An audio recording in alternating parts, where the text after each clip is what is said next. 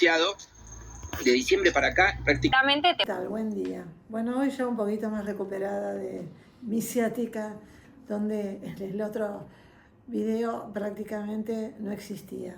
Estaba decididamente, el dolor era terrible, pero a mí me puede más hablar que cualquier cosa. Hoy, no sé si salió que es el Día del Jubilado, y me vino a la mente todos los jubilados de mi familia, porque yo dije, bueno, tantas marchas, tanta gente que se emociona, como Andy Kondasov y demás, sobre el tema de los jubilados, y también de los discapacitados, obviamente. Tengo que decir que solamente voy a contar como experiencia personal. Yo entiendo que esa historia de, bueno, no voy a personalizar y todo lo demás que muchos comentaristas periodísticos o columnistas hacen, me resulta absolutamente absurda. Porque en definitiva, cuando dan una opinión está dado sobre la base de su personalización, obviamente, y de lo que individualmente piensan. Me acordaba realmente de, bueno, cómo mi abuelo mantuvo a sus hermanas jubiladas porque no les alcanzaba el sueldo. No eran, digamos, tuvieron la desgracia una de quedar viuda, no, las dos quedaron viudas muy jóvenes y, bueno, no les alcanzaba.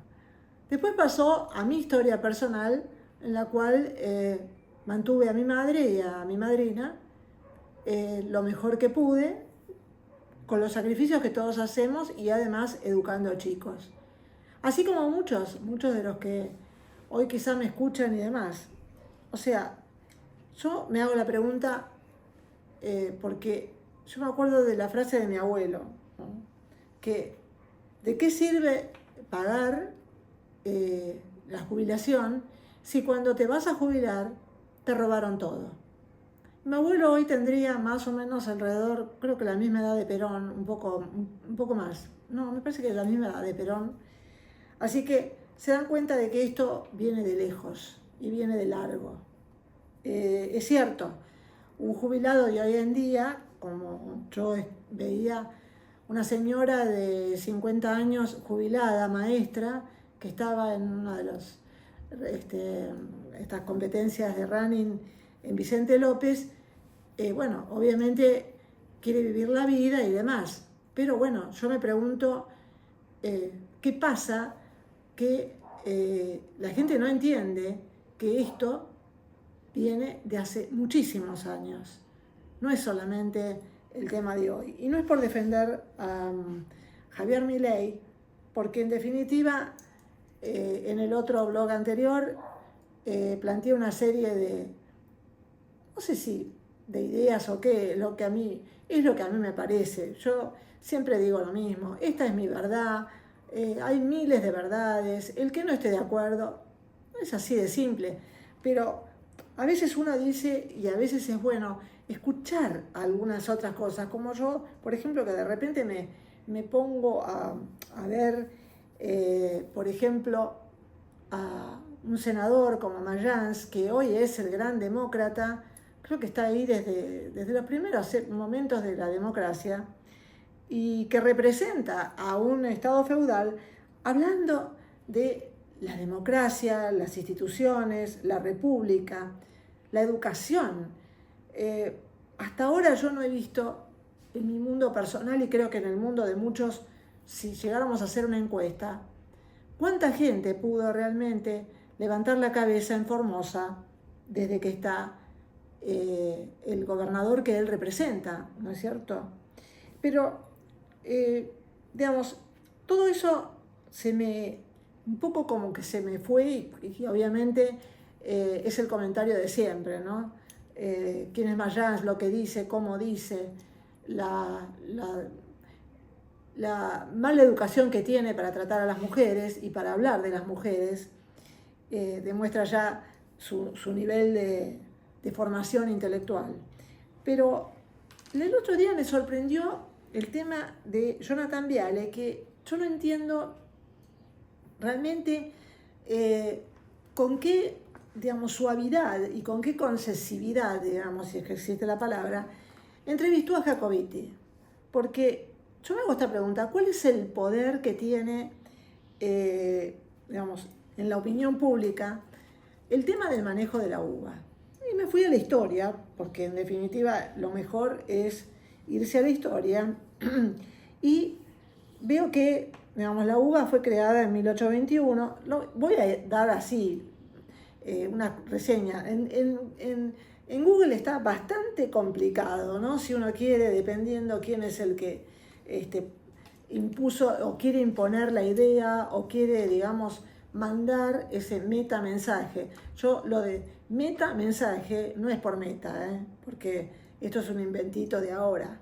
Metamensaje quiere decir que hay un subtexto de la interpretación de lo que se quiere decir.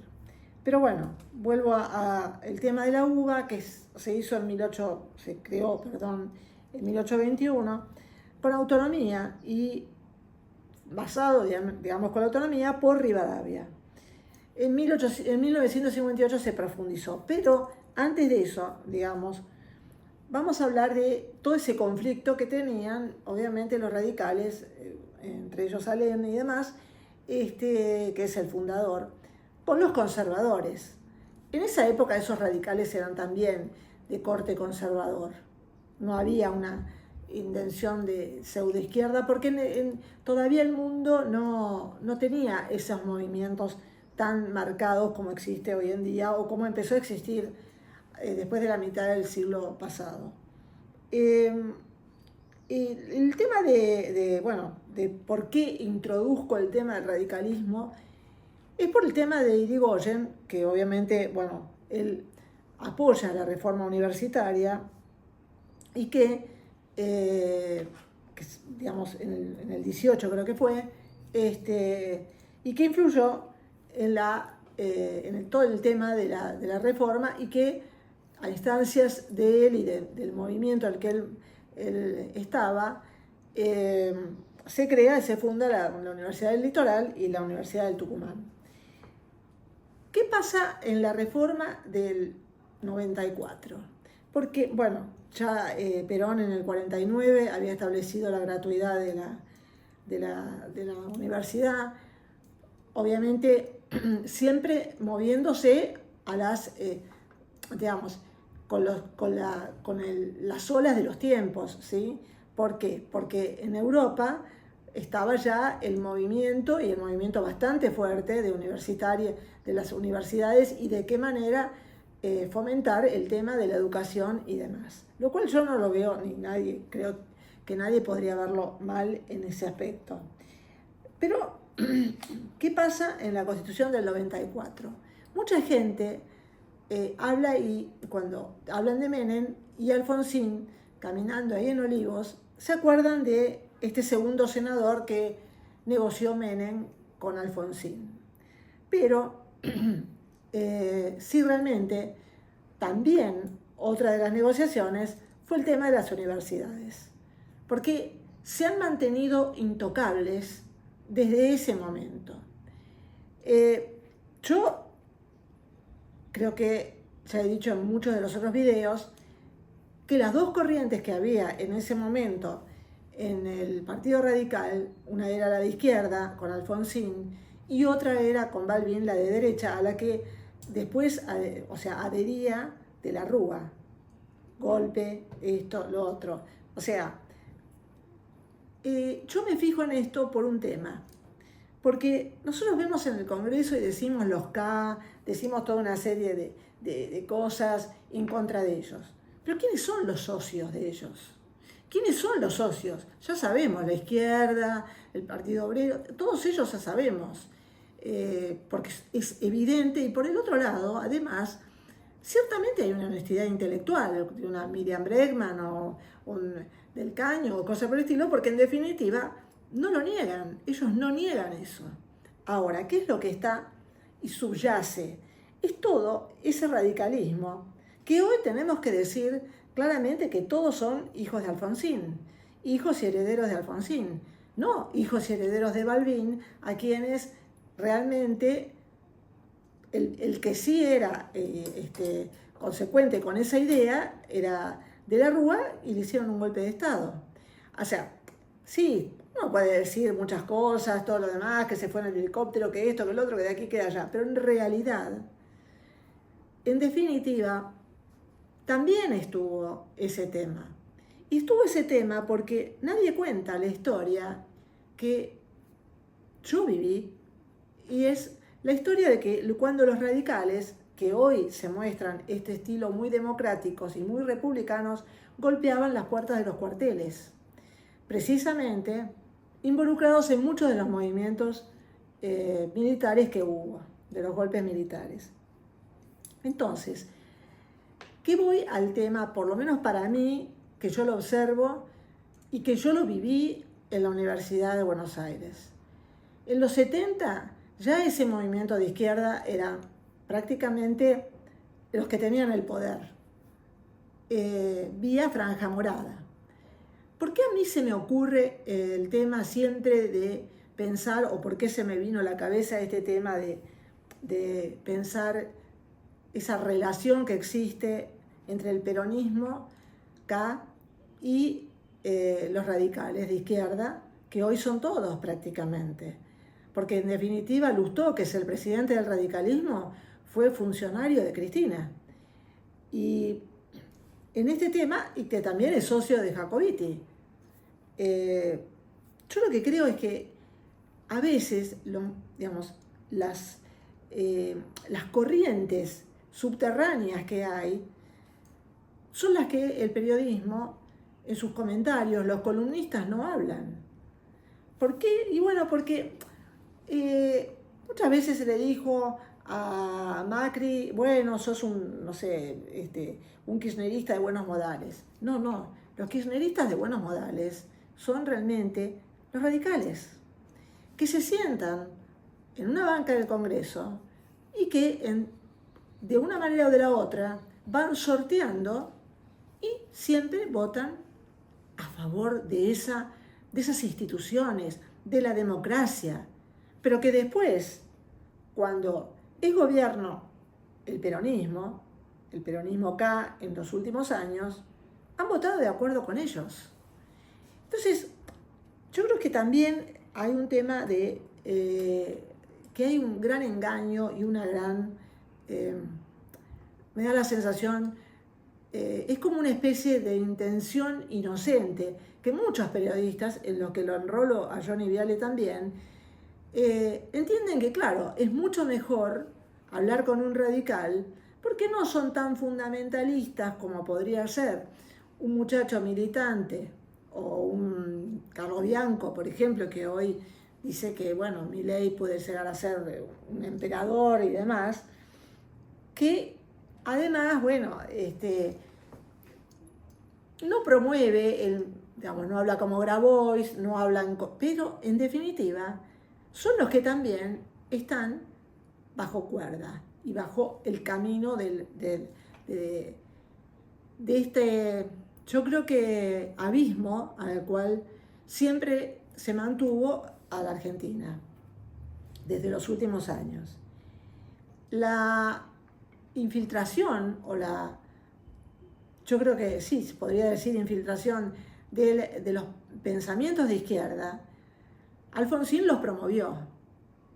Yo lo viví en los 80 en la Universidad de Buenos Aires en Derecho, y eso continuó. No es que alguien cortó ese sistema, porque al ser autárquico y autonómico, evidentemente siempre se manejaron de la manera que ellos querían.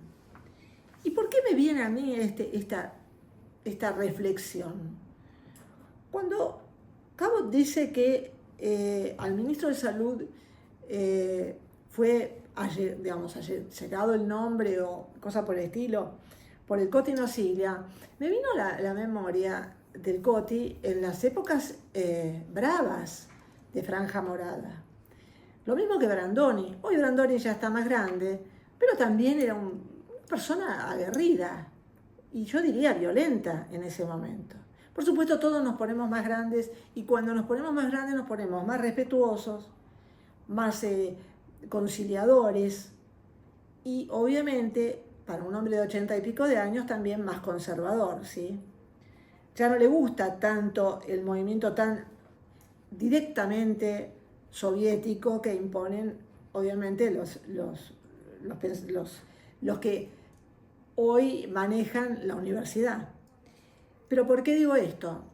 Porque un ministro de salud, yo siempre vi el tema cuando, sufrí el gobierno de Alfonsín, era que son gente en lo privado, que manejaron algunas cosas, otros no, de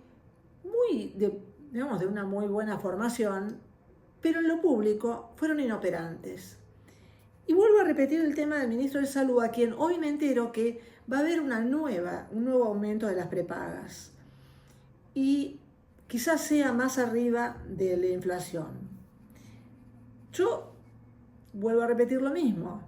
No tengo nada contra él. Pero él es radical. Es obvio. Se nota. Se nota que, en definitiva, su manejo es de corte radical. ¿Por qué digo, bueno, vos siempre te la tomás con los radicales? No, hay algunos radicales que manejan excelentemente bien y con un criterio y sentido común y gestionan la administración pública. Bueno, puede ser el caso de Mendoza, de Cornejo, pero también tengo que, no sé, es como que ya a los años me pongo a decir, bueno, ¿cuál es el physique du rôle? El physique du rôle de un peronista acá, lo sabemos absolutamente, es para mí, yo diría, Pichetto, cuando ayer en una entrevista radial, en su estado más alarmista, porque obviamente ahora va a ir para el lado oficialista peronista, dice que hubo una corrida esta semana. Yo voy a dar mi visión, que como digo yo, es mi visión de Villiquen, de acá acotadita, pero los bancos que yo estuve, en ningún lado la gente sacaba la plata. Ni los dólares, ni los pesos. Hacían transacciones o sacaban lo que tenían que sacar, pero no había una corrida, colas al estilo de la época de la Rúa. Pero bueno, ese sería el physique du rôle para mí del peronismo, el peronista. Hoy el physique du rôle de los K puede oscilar entre Grabois y Kicillof. Ese es el physique du rôle. Lo que dicen, lo que opinan, lo que hablan. Pero todos ellos ya los conocemos, ya fueron, pero harto criticados en todos los medios en la época de Alberto. Porque yo diría que Alberto cumple más una función en su manera de hablar, en su manera de no haber gestionado nada y demás, está más para el lado de los radicales, ¿sí? ¿Y cuál sería el physique du rôle de un radical hoy en día? Y yo lo pondría en el ministro de Salud. Porque para mí, y siempre digo lo mismo, no debería haber estado en el escenario cuando Javier Milei reconoce la derrota en Provincia de Buenos Aires. Y en la medida en que no se entienda que a veces hay gestos que el mismo Javier Milei tiene que dar, porque hoy la gente ya sabe que no quiere el soviet. La gente ya sabe lo que se afanaron. Ahora, es difícil que alguien que estuvo acostumbrado hace 2 años a ir a cenar cada tanto o almorzar cada tanto en un restaurante o tomarse un café en una confitería, hoy te diga, no, claro, lo que pasa es que tenemos que seguir apechugando. Es medio difícil. Casi todas las entrevistas que se hace a la gente por la calle, todos dicen lo mismo. Estamos muy apretados, vivimos mal y la verdad no podemos ni ir a un cine ni ir a cenar. O sea, yo entiendo porque, bueno, creo que es el derecho de cada uno de gastar la plata donde se le cante. Eso no me cabe la menor duda. Pero cuando Javier Milei habla de básicamente un proyecto como lo hizo en Córdoba, que vi a uno de los empresarios que los veo y realmente están exactamente iguales de cuando hace 40 años, ¿no?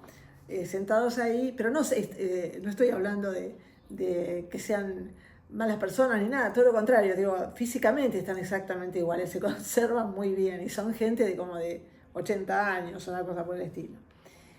Pero a lo que voy es, me disgregué, ¿no? Porque yo voy y vengo así, a lo que voy es que cuando Javier Milei habla de un proyecto a 10 años, yo tengo que entender que a la edad que yo tengo, bueno, por ahí llego. Pero hay gente que en este momento ya está en los 80, ya está en los 90. Y esa es la gente que lo votó. Entonces, también, cuando mandamos un mensaje, hay que ver también el aquí y ahora. Porque a mí me dio risa el comentario de una escritora argentina que, no sé si dijo, me pareció realmente interesantísimo el tema que dijo: tener razón es mejor que el sexo, porque dura para siempre. Pero, creo que se llama Mariana Moyano, algo así. En este caso, yo no quisiera que Milei se transforme en el Alzogaray de la época cuando yo era chica, o el Cavallo después. A mí me gustaría pensar que la gente hoy en día, con todos los psicoanálisis habidos y por haber, con todas las interpretaciones psicológicas que hay, que por ejemplo la persona, que lo encuentro acá y ahora dice trastorno narcisista de personalidad, o sea, la persona que quiere tener razón o que permanece en sus 13, como decía mi abuela, es un narcisista, ¿sí? Todo es trastorno, todo es síndrome ahora, pero bueno, lo que yo digo es que con tanta psicoanalización que hay en la sociedad argentina, a veces llegar a la presidencia, bueno, está bien, está el trastorno de ubris o todo ese tipo de cosas, pero a veces el reconocer que otros tienen razón no es un signo de debilidad para mí, es un signo de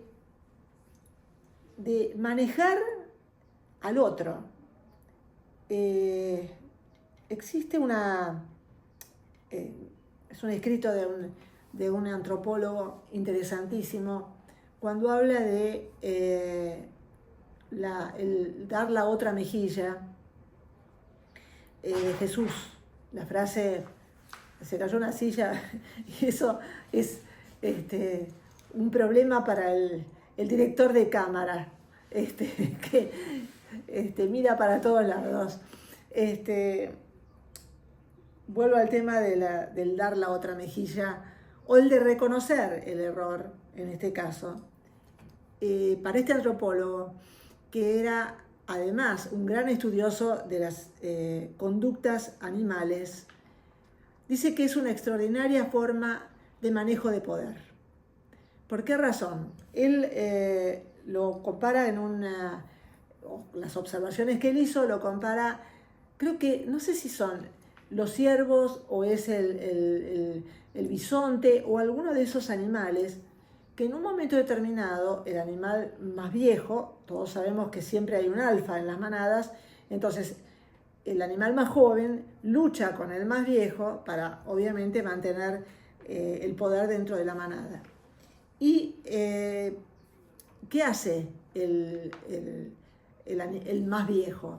El más viejo se entrega al más joven como si estuviera realmente o muerto o herido. El más joven, por supuesto, se relaja y mira para otro lado. Al mirar para otro lado, el animal directamente lo mata al más joven. y sigue manteniendo el poder este macho alfa. Es una manera muy interesante de ver que cuando uno reconoce en los hechos y con gestos los errores que se tuvieron, también es parte de demostrar poder. Se dice que en política nadie dice eso, que en política no hay que hacer ese tipo de gestos, que en política todo tiene que ser triunfalista.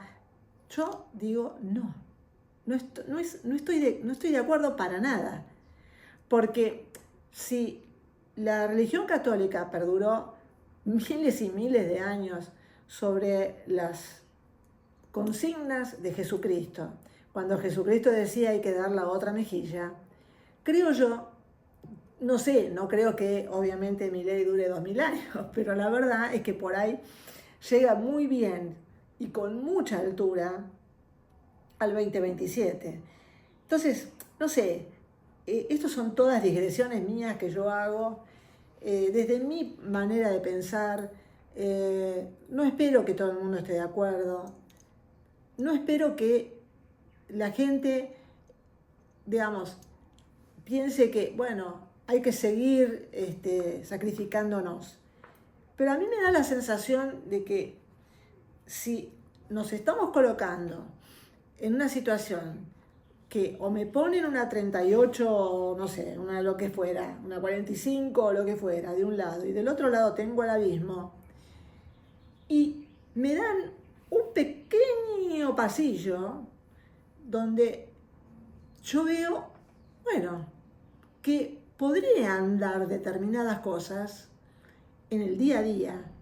No estoy hablando de la macro, estoy hablando de la micro. Estoy hablando de pequeños puntos de salida después de 70 años de crisis permanentes. Yo diría, bueno, me hago chiquita y me voy por ese pasillo, esa cueva donde estoy viendo al final del camino una luz. Pero esa luz, yo le pediría al gobernante que está, que no hable de años, porque 10 años para un jubilado es mucho.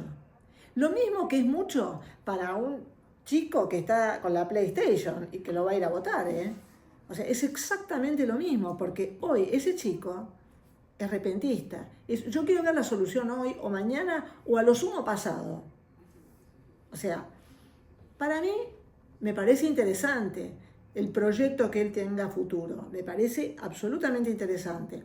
Pero decirlo de alguna manera y a tan poco tiempo de unas nuevas elecciones, nos está hablando de, señores, yo no le puedo prometer sangre, sudor y lágrimas, pero ¿saben qué?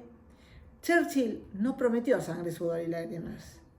Churchill primero no tenía redes, segundo no había tecnología y tercero hizo una serie de cosas que hoy seguiríamos llamándolas non santas para salvar el Reino Unido.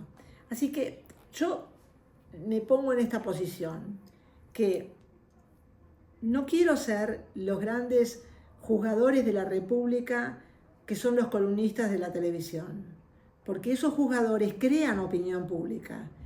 Y hoy, creo yo, y esta la digo en la mía, uno de los grandes errores de Javier Milei fue haber insultado a los periodistas, porque eso sí que son narcisistas, eso sí que tienen un ego totalmente inflado, porque después se toman el colectivito y van a su barrio, pero cuando están frente a un micrófono son Gardel.